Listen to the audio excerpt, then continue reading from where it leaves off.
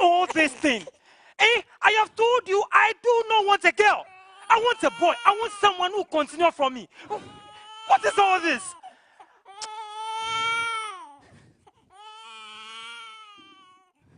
Devaluation and marginalization of women, I have lived it.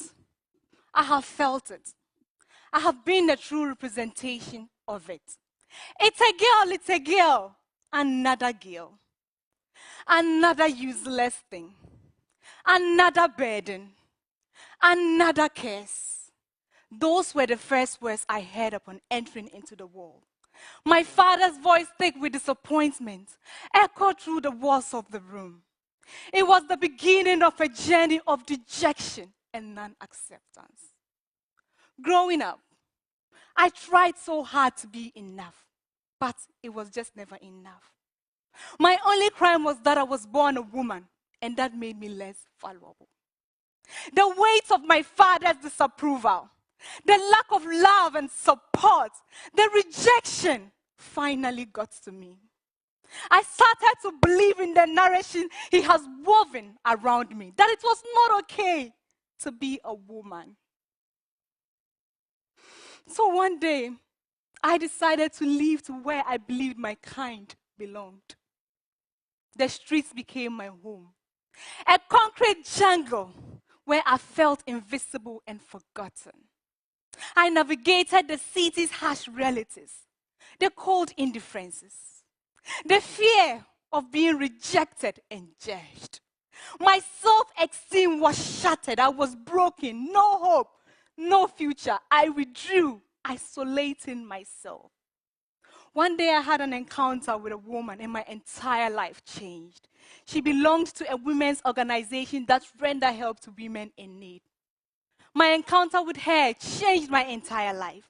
I got to dine with people who saw me not just a woman, but as human. I got to be educated.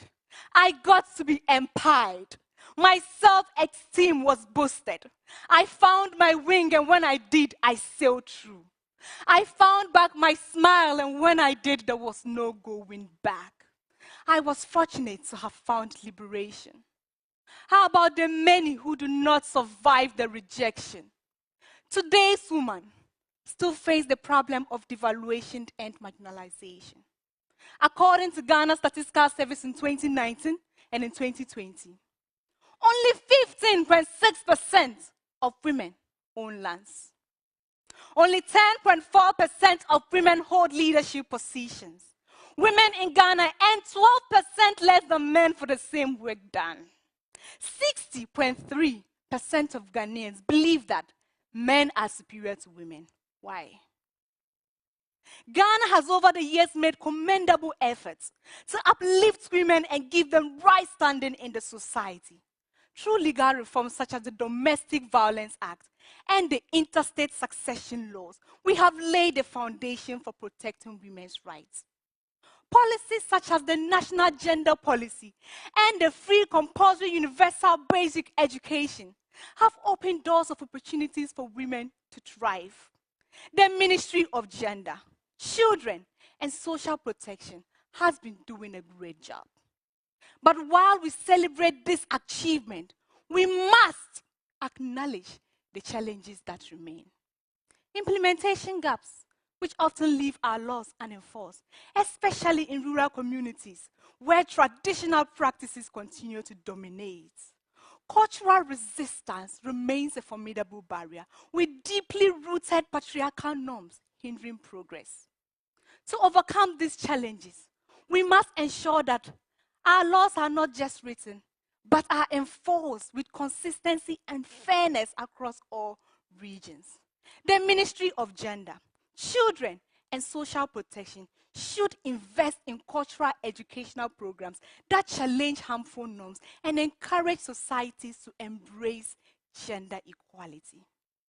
Additionally, specific grants should be given to organizations that support women's growth.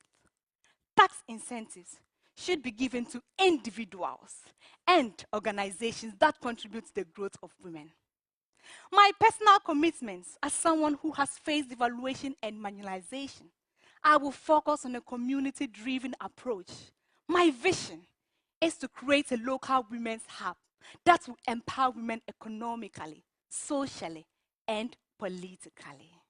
It is important to acknowledge that by engaging men as allies and partners in the fight for equality, we can together achieve a more equitable Ghana where everyone, regardless of gender, would do well and thrive. Men should stand alongside women in the fight for equality.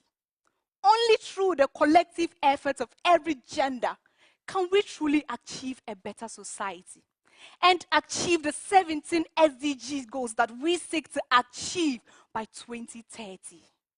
And hey, it's perfectly okay to be a woman. And it's okay to give birth to a woman. Nipfokma, thank you. All right.